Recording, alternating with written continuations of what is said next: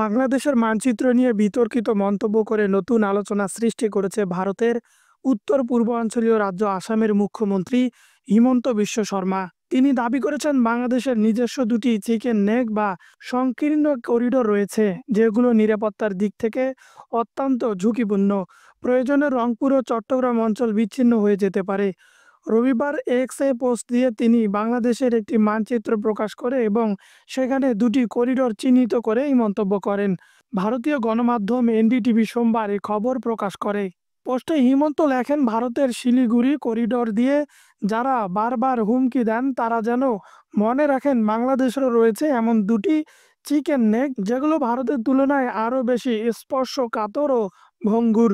তিনি দাবি করেন, আমি কেবল ভৌগোলিক বাস্তবতা তুলে ধরেছি যা অনেকেই ভুলে যান।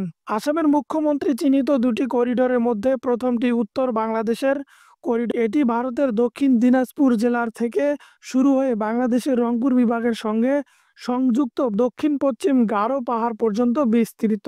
এর দৈর্ঘ্য প্রায় ৮০ কিলোমিটার। তার ভাষায় এই করিডোর ব্যবহার হলে রংপুর পুরোপুরি বিচ্ছিন্ন হয়ে পড়বে। দ্বিতীয় করিডোরটি চট্টগ্রাম করিডোর হিসেবে উল্লেখ করেন তিনি, যা ঢাকার সঙ্গে চট্টগ্রামকে যুক্ত করে রেখেছে। মাত্র ২৮ কিলোমিটার দৈর্ঘ্যের এই পথ বাংলাদেশের রাজনৈতিক ও অর্থনৈতিক প্রাণকেন্দ্র। ঢাকা ও চট্টগ্রামের সংযোগ স্থল। শর্মার মতোই এই করিডোর বিচ্ছিন্ন হলে বাংলাদেশের অর্থনৈতিক প্রবাহে বড় ধাক্কা লাগবে। ভারতের শিলিগুড়ি করিডোর প্রসঙ্গে তিনি আরো বলেন, এটি কৌশলগত দিক থেকে এতটাই গুরুত্বপূর্ণ যে বিচ্ছিন্ন হলে গোটা উত্তর পূর্ব ভারত মূল ভূখণ্ড থেকে আলাদা হয়ে যাবে। ফলে এই অঞ্চল ঘিরে আরও উন্নত রেল ও সড়ক যোগাযোগ গড়ে তোলার উপর তিনি জোর দেন।